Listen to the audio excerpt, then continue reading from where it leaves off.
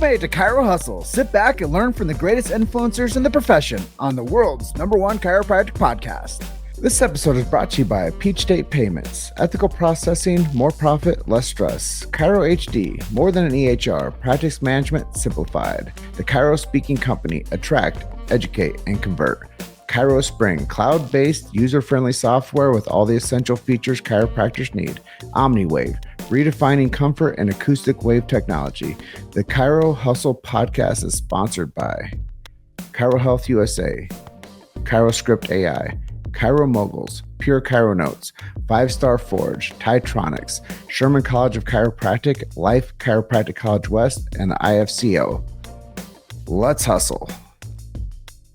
Hey guys, welcome to episode 736 of the Chiro Hustle Podcast. I'm your producer, Luke Millette, and here's your host, James Chester. So today we had the opportunity of interviewing Dr. Peter Roennfeldt. And if you want to hear our conversation about practicing in Australia to Mexico, stay tuned for the full episode. Welcome back. This is another episode of the Chiro Hustle Podcast. Today I have Dr. Peter Roennfeldt on with me, coming in from Mexico with an Australian accent. We're going to have a lot of fun today.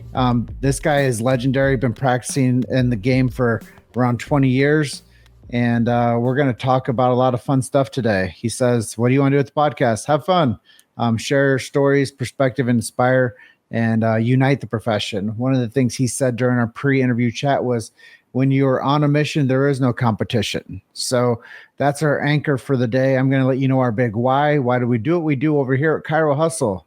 First things first is freedom of speech. We believe in that. I think it's very important. We know what it's like to be censored, traffic throttled, and shadow banned. We'd never do that to you. So that's it's really cool. We believe in those things, and we live by our own principles. We also believe in medical freedom and family health freedom. I've been saying that a lot since the year 2020. And if you guys are looking for those answers for medical freedom or family health freedom, reach out to a chiropractor. They're going to help you along the way. If you don't know a chiropractor, message Dr. Peter or myself. We'll get you lined up. Pun intended. Maybe we'll get you aligned. As it goes on, we do believe in protecting BJ Palmer Sacred Trust. If you don't know what that is, go to our show notes, click on it. You're going to learn more about chiropractic than you did previously. I guarantee you, you might fall back in love with the profession. If you don't know who BJ Palmer is, go and Google BJ Palmer, the developer of chiropractic. You're going to learn more about chiropractic there too. Even if you've been practicing for 30 years, reinvest yourself and understand the philosophy. We also believe in subluxation-based chiropractic. Ooh, I know they're taking this out of the colleges. So if you're out there and you know a chiropractic student, please share the show. It's very important. It's vital, actually. Vitalism is a big part of this profession. So please share the show with the future chiropractors. We also support and believe in innate intelligence and universal intelligence. I know it sounds woo-woo, but we believe that when man or woman, the physical, gets adjusted, it connects them to man or woman, the spiritual, which creates the educated intelligence. And with that, this is episode 736 of the Chiro Hustle Podcast. And Dr. Peter, welcome to the show. Thank you very much, James. It's good to be here. Yeah, you took full action when I met you down in Mexico City. We met at the Berkshires Philosophy event down in Polanco area of Mexico City. And I said, hey, you should probably do a podcast with me because you seem interested. And he said, sure, I'll do that. So here we are today. So thank you. Yeah, it was a pleasure meeting you. And it was a good fun. It was really good fun networking and connecting with everyone at the Berkshire and meeting some other chiropractors. You know, the funniest thing for me is the Berkshires in Mexico, and the Berkshires is an area in Massachusetts. So for anybody out there that's a bit confused, the Berkshires Philosophy event used to happen in the Lenox area of Boston, or not Boston, but the area around the Berkshires area of Massachusetts. So Scott Garber decided to travel international with the same name and call it the Berkshires instead of rebranding it to the next city. So that's a little bit of the history on the place we met. And for anybody that's confused, Berkshires aren't in Mexico. They're not. You're right. Chiropractic, 20 years in the game, man. How did you decide that this was something you're going to dedicate your then career to and now your future to?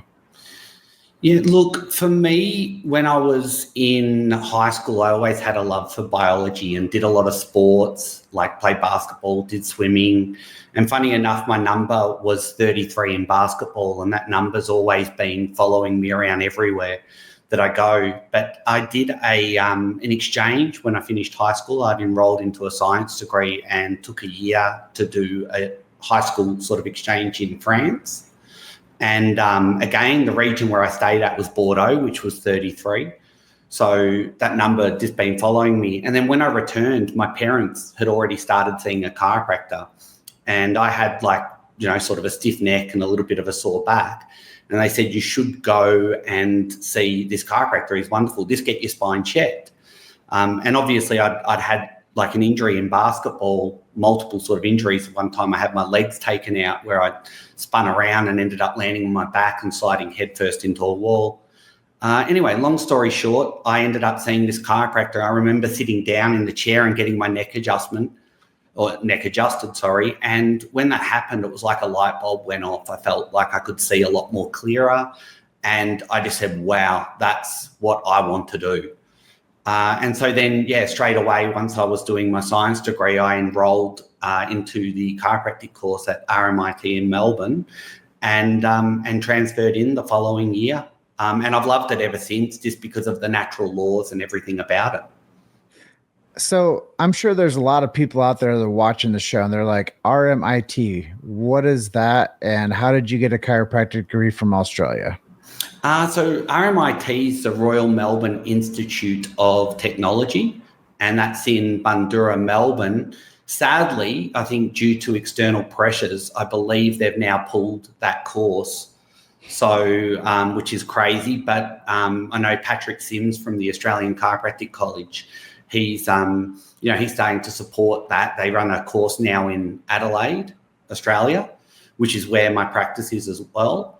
And they've also reached out to run, I believe, a course in Melbourne now as well. So yeah, very, very great bunch of people.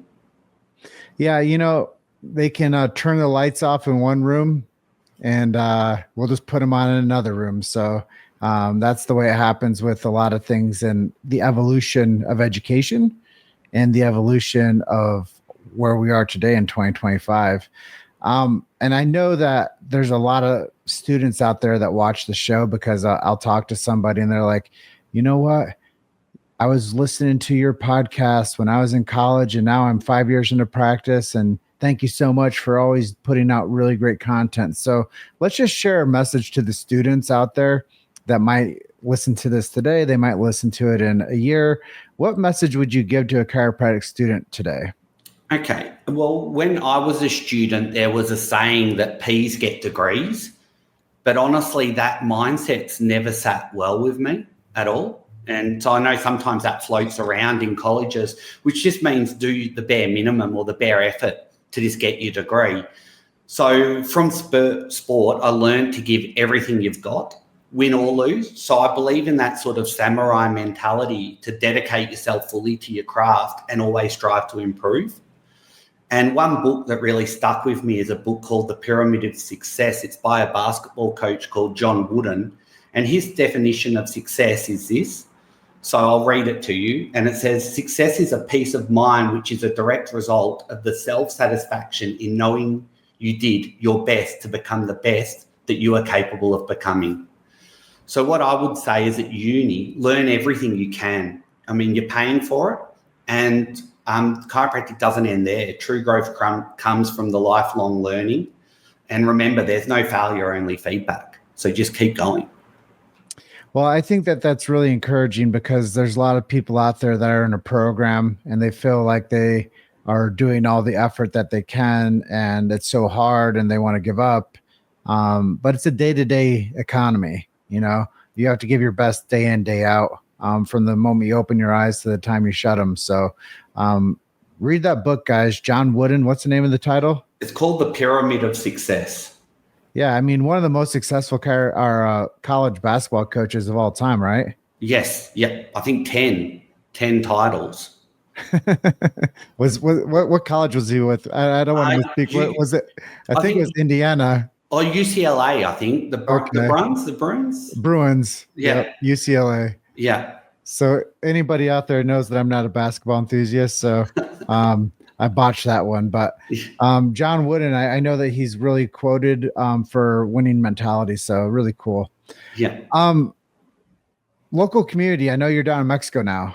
Mm-hmm. Talk about the transition from Australia to Mexico and what it's been like for you. It's been interesting. I think, obviously it comes with its challenges, and one is the language. Like when I'm speaking English, I can understand everything that someone says, whereas in Spanish, you get senses, but you sometimes lose yourself with certain words. So I think that's been a bit of a challenge, but I enjoy it. It's about pushing yourself beyond your limits. It's different. I've always said to my kids that some people, like, it's not better, it's not worse, it's just different. And so it's been a real adventure, and I love it because I'm learning about my wife's childhood, where she grew up, got to spend more time with her friends and families, and the food's delicious. The people are super friendly. And I think the other thing is that, there's not many chiropractors here. It's not well known, but there's a lot of people that need care. So that's a really, really great opportunity, I think, to delve into the community and, help people out. Yeah. And off camera, you were talking about how your wife helps you with your practice now. What's that been like? Has that been helpful to you? Has it been helpful for the community at large? Because you said that the language is a bit of a barrier. Has it been helpful having her part of the business? Yeah, 100%. But most of the time I sort of like to do it myself, especially with consulting and those things. I mean, she helped me build and co-found the business in Australia. So from a financial aspect and a systems aspect, she's phenomenal. Very, very clever lady. So, I think we make a really wonderful team, have a family together. And I think that's what marriage is about. It's about sharing your life. Yeah, I think it's really encouraging to hear that. And having 20 years in practice, I think it's really cool, some of the stories you're sharing about keeping the family and all together and keeping the mission and message of chiropractic with everybody involved. Because, I've realized that so many times people put all the service in and take care of everybody else, but they forget that the most important people are the ones that live in the same house with them. And they'll go and serve from the morning, the time they wake up to the time they come back, and they give all their energy units out and don't have any left to give to the people that love them. So I think it's cool that you've learned how to navigate that world. Yeah, 100%. And look, my whole family get adjusted. My kids have been adjusted since they were born. My wife loves getting adjusted. Like, she'll tell me off if I forget about her. So it's much easier to just give her an adjustment rather than have to, to get in trouble. So, yes. So marketing, local community. What did you do in Australia and what will you do now in Mexico? I think, of course, the website is the heart of, I think, any business. Your social media traffic should always direct people there so you can book people in to that. So having a website's important from a marketing perspective, and then your social media channels, videos, those things. But I also think what I love most is going to seminars and networking with people. And I've done that ever since I was a student. And listen to some great speakers, Joe Dispenza, John DeMartini, a whole bunch of people. And you just learn from each one. Reggie Gold was another one. He actually came to our uni and spoke. So it's just wonderful to take a bit from each of these people. I think John said you can't put your hand in a pot of honey without some of it sticking, just like you can't listen to some of the great minds within our profession and not have some of that stick and rub off on you. Yeah, I think that's really powerful and profound. It's very simple, but I tell people that too. You can't put your hand into a jar of honey without getting a little bit of it on you. Yeah. And it just happens. And the more that you're around people with good vision and big vision and the big idea, it starts to become a part of your culture too. So I think it is a great idea to make sure that we're going out there and learning the traits of the greats and networking with amazing people and learning how to integrate that into our lifestyles and our behavior patterns and demonstrate that chiropractic is a science, philosophy, and art. And part of that is the philosophy, and learning from the greats is a big part of that. So keeping that fire burning and rich is really important. Spot on. You're in the game for 20 years as a chiropractor. Where do you see the next 20 years going for the chiropractic profession? I really hope that we're still standing as an independent profession.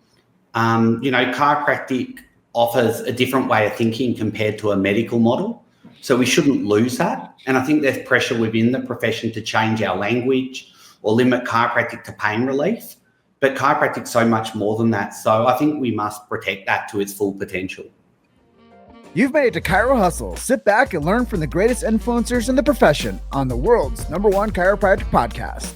This episode is brought to you by Peach State Payments. Ethical processing, more profit, less stress. Chiro HD, more than an EHR. Practice management simplified. The Chiro Speaking Company. Attract, educate, and convert. Chiro Spring, cloud-based, user-friendly software with all the essential features chiropractors need. OmniWave, redefining comfort and acoustic wave technology. The Chiro Hustle podcast is sponsored by Chiro Health USA, ChiroScript AI, Chiro Moguls, Pure Chiro Notes, 5-Star Forge, Titronics, Sherman College of Chiropractic, Life Chiropractic College West, and the IFCO. Let's hustle. Yeah, I think there's a lot to be said.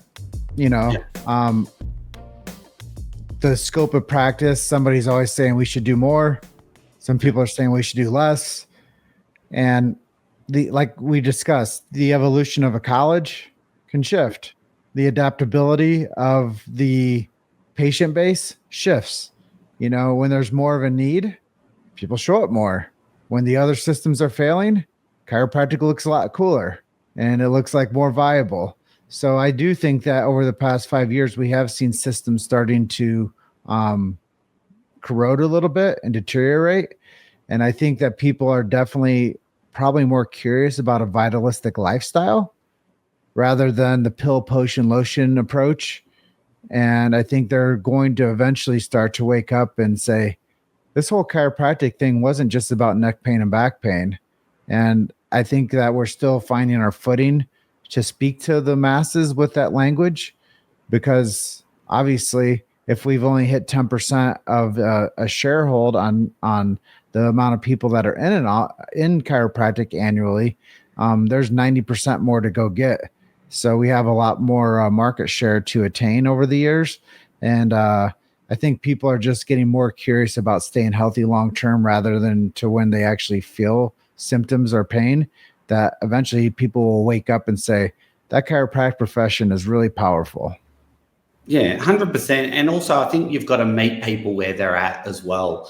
Like they'll have a certain perspective and a certain mindset, and acknowledging and giving a good understanding of that is really important before transitioning them to a different way of thinking or a different mindset.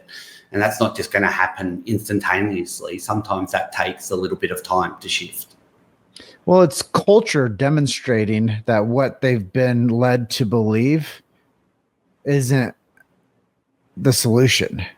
No. And people are intrinsically going to become more curious as to, what do I do now? And they're left with an empty bag going the other route. And then they're like, well, who else is out there that does something that can help me with my my needs and my family's needs? That's why the opener says we believe in medical freedom and family health freedom. They're not the same things, but if you're curious, go find a chiropractor in your neighborhood or your city, because I do believe that there is a lot more curiosity. It's going to be brimming up, where people are going to be like, well, if I don't like this pathway, what are my other solutions? Yeah, 100%. And that's why it's important that it's okay to be different. We don't need to try and be accepted, because you need a different approach. You need a different strategy when one strategy is not working. Yet, I think sometimes people in our profession try to appease people who don't know anything about chiropractic and actually have no interest in chiropractic. but they're doing it to try and appease someone within a medical model. That makes no sense to me. No, it's a paradigm shift. We just have to hold our line and keep on doing the right thing and helping more people. And, my first job that I had, first week working in a chiropractic clinic, the doctor said, you're going to care more about these people's health than they will. And I think that it's still true today. We care a lot about people's health than they do, but we also care about the truth more than mainstream media. So we have to continuously hold that line and to share our knowledge with more people, because what we believe in the message that we're sharing today, they're not mainstream. Most people don't believe that the power that made the body can heal the body. Yeah, 100%. And if you go back through history, I'm sure you've heard of Herb Reaver, who went to jail, God, I don't know how many times, but he had people were definitely opposing chiropractic, but he stood for what he believed in. And I think you need to do that, as a chiropractor. You can only go to jail so many times and get released so many times because the truth will always prevail. And I think BJ Palmer said, you don't curse the darkness by shutting out the light. You only can I don't know the phrase 100%, but he says, let me find it and I'll go back to that point. But until then, do you know the phrase? No, I don't. I've got another one. Have you ever seen this book, The Chiropractic Story? Actually, I just bought it. It's still in plastic. Yeah, it's unreal by Marcus Back, but I can read something from there anyway. Please do. This is really good. I love this book. So if anyone hasn't read it, please do. It said, if this book succeeds in unifying the chiropractic profession more closely in spirit and enlightening the public in its quest for health, if it returns us all to the conviction that there is an innate wish and will and way to be well and stay well, the book will have served its purpose and contributed to the sincere quest of those throughout the world who truly value health and seek to live in fuller harmony with nature's healing laws. One of the great books in chiropractic. Yeah. And I found the quote from BJ Palmer. It's better to light a single candle than to curse the darkness. Yes. And that's where we are with chiropractic today, is we have to continuously light that candle and be that lightness and be that lighthouse for people rather than going after everything that's wrong. Yeah, 100%. And give them hope too. Sometimes people come in with no hope. And I think it's really important that you say, well, doing something is better than doing nothing. Let's try and get you better. Well, you mentioned earlier, Reggie Gold, Joe Dispenza, John DeMartini. Yes. Were those your main mentors in the profession, or were there other people that helped influence you to have the ideas that you have today? I think definitely John DeMartini. That's where I got the idea from the chiropractic story. I heard he had been trekking through Machu Picchu in Peru, and he'd read that book, and that inspired him to become a chiropractor before he did what he did. And I thought, well, if that's inspired him to become a chiropractor, I want to read that book. And that sort of inspired me to buy that book. But also, I think James Chestnut's been a big, strong influence through sort of the health and wellness paradigm and his way of thinking in terms of adaptation of the body when it doesn't get what it needs. Even when people come, just telling them to drink more water, because without water, we wouldn't have life on the planet. So our biology essentially relies on it to be healthy, can be an important thing as well for their, health and wellness journey. And obviously, D.D. Palmer and B.J. Palmer, I think people need to learn about the history of chiropractic. And another good book is Healing Hands by Joseph Maynard. That's a great book. That's about, that goes through the history of the Palmers. So, yeah, I think we need to understand our history as well. So they would be definitely some top mentors of mine. Yeah, I just think that the fundamentals are so true. And the foundation of chiropractic is so beautiful. And I believe that everybody should find people to inspire them. And that was one of the other things you wanted to accomplish on today's episode with me, is to inspire people. And I think that it's really important for people to find mentors that can anchor them to this message of chiropractic, because it's bigger than a college education and becoming a doctor. It is a science, philosophy, and art. Yeah, 100%. And stand on their shoulders and build out from that, and go out and, write your own story through your own life experiences, and, write down your favorite metaphors and favorite ways, develop systems on how you explain things to people and how you work as a chiropractor. So at this juncture, I always like to get the interview talking about something to give people hope. The hope of the adjustment. And there's nothing else that can equal the power of a chiropractic adjustment. And if people could put it into a jar and jar it, they would, but they can't.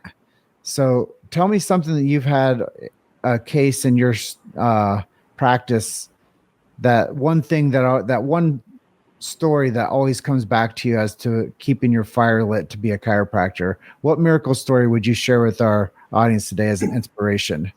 Okay. Well, with me, the one that sticks with me, and I've got a few, but this one really sticks with me, was a 75-year-old man who felt like he had a knife just going through his eye, and he had severe pain in his head. And he basically, he'd tried everything. And he told me if chiropractic didn't work, he'd end his life. So that was huge. And after like 12 visits of seeing him, his pain actually had got worse. And so if all I measured was pain, then, he would have got dismissed. And that's what most of the people had done. They just looked at pain, but his function was actually improving. So, and I was seeing him quite consistently. I was seeing him 3 to 4 times a week, and, and just kept encouraging him. Anyway, long story short, it took 48 visits. And then one day the pain was just gone like that. And we both cried, and he told me later on he'd been pain-free for 5 years, and that had given him that more time with his grandchildren. And on the final visit, I think he knew his life was coming to an end after 5 years. And that's when he actually told me that. But just to give someone, that chance of life when they actually had to end their life from doing that. And I'm not going to lie, there was a point where I was going, am I really going to help this guy? But I just kept going and kept adjusting his spine. And it reminded me that healing actually takes time and consistency. So just like you don't get muscles from one workout or flexibility from one yoga class, you also need you also need to be consistent, and you also need to have a belief in what you're doing. And I think just a lot of people had just given up on him, and that's why he never got results or weren't seeing him really close together as well.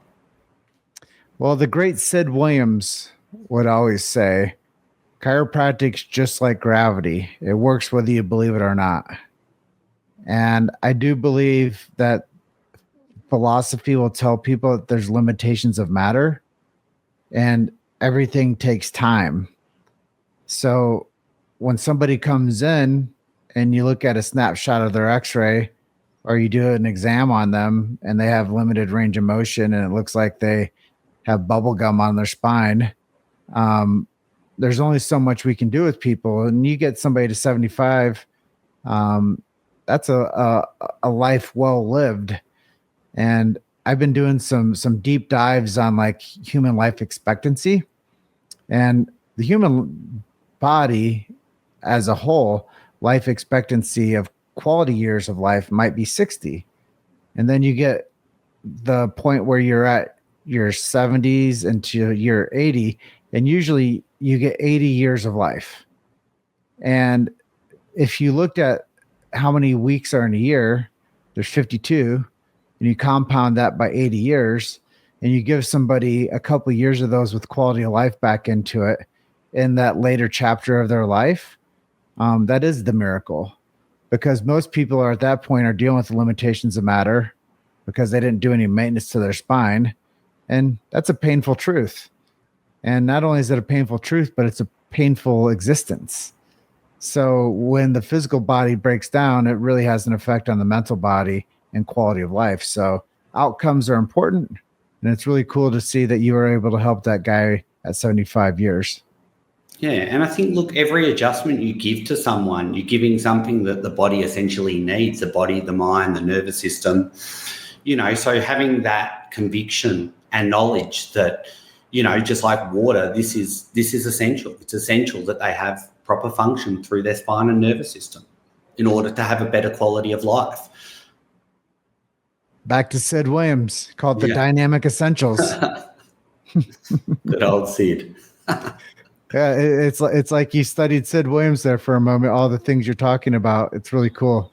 Yeah, it's funny. And I haven't really looked into a lot of Sid Williams things, but I think, like what you were saying, when you learn about the philosophy of chiropractic, a lot of it sort of all comes together, and we have different ways to communicate that. But, the foundations are always there. Well, I think it's really, really great to have you on episode 736 of the Chiro Hustle podcast. Is there anything I didn't ask you that you'd like to talk with our audience today about? Not too much. I think more about developed systems for success. I think that's something that I would sort of encourage people as they work as a chiropractor to develop your own systems in how you communicate and in how you deliver chiropractic. I think that's a real important thing. Well, I always tell people, if you know where your North Star is, you never get lost. Yeah. And I always was blown away when I was first starting out in the chiropractic world and how much they were stressing that chiropractors needed to learn how to communicate. And I'm like, how is it that you guys can go to college for 8 years and you still have to postgraduately have somebody teach you how to communicate? I was always shocked by that. So as you guys go through your programs, please do a Toastmasters course, do a professional networking group, like get up and start talking about chiropractic before you become a professional. And I think that that's one of the big things. And they'd always stress that we have to educate people more. Well, live the lifestyle, and that will educate people. They learn by example, not by what you try to tell them. So live the lifestyle of the profession, and then other people will see what's possible when you're unsubluxated and your life is on fire because you have a higher quality of life, because you're vibrating at a higher frequency, because your body is in tune and aligned. I think that that's so important for people to have that closing philosophy moments with themselves, to know why they do what they do. Because if everybody knew what a chiropractor did, they would want it because of the outcomes that it reveals to people. So, Dr. Peter, thank you so much for being on with me today. And thank you for getting to know me on the Chiro Hustle podcast and giving your message to our audience today. Unreal. Thanks for having me. Yeah. So have a beautiful night down there in Torreon. I think I said it right. Torreon, Mexico. Yeah. Torreon. Yes. Torreon, Mexico. And I hope to see you soon.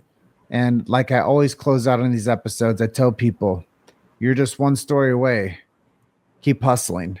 I'll see you guys on the next episode. Bye for now. Perfect.